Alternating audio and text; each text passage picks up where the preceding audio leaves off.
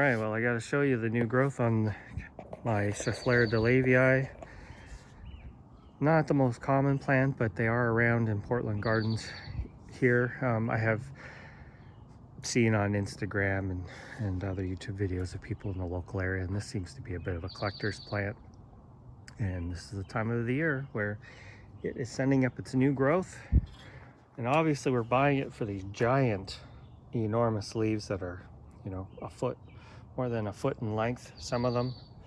And this is your new growth. It's very fuzzy. Kind of has that tan color to it.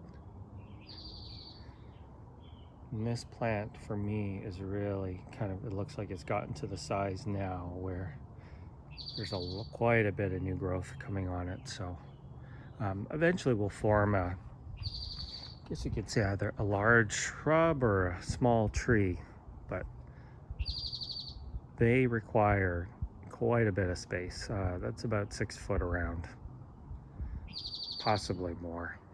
Height wise, it's probably getting close to 5 foot, 4.5, maybe 5 foot. I've had this guy for about 4 years now, I would estimate, and when I went in, it was probably the height of that hellebore, probably similar in size to that when I put it in. And so not super fast growing, but not necessarily slow.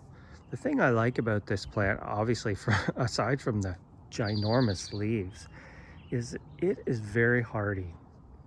The only time I've ever seen it take damage was last year during our heat dome when it was 115 degrees, because it did have tender new growth.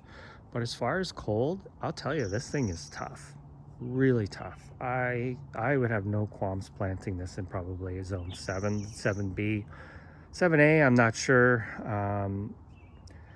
Humidity, if you're in the southeast, I hear Schefflera don't do the best down there, at least the ones that we grow.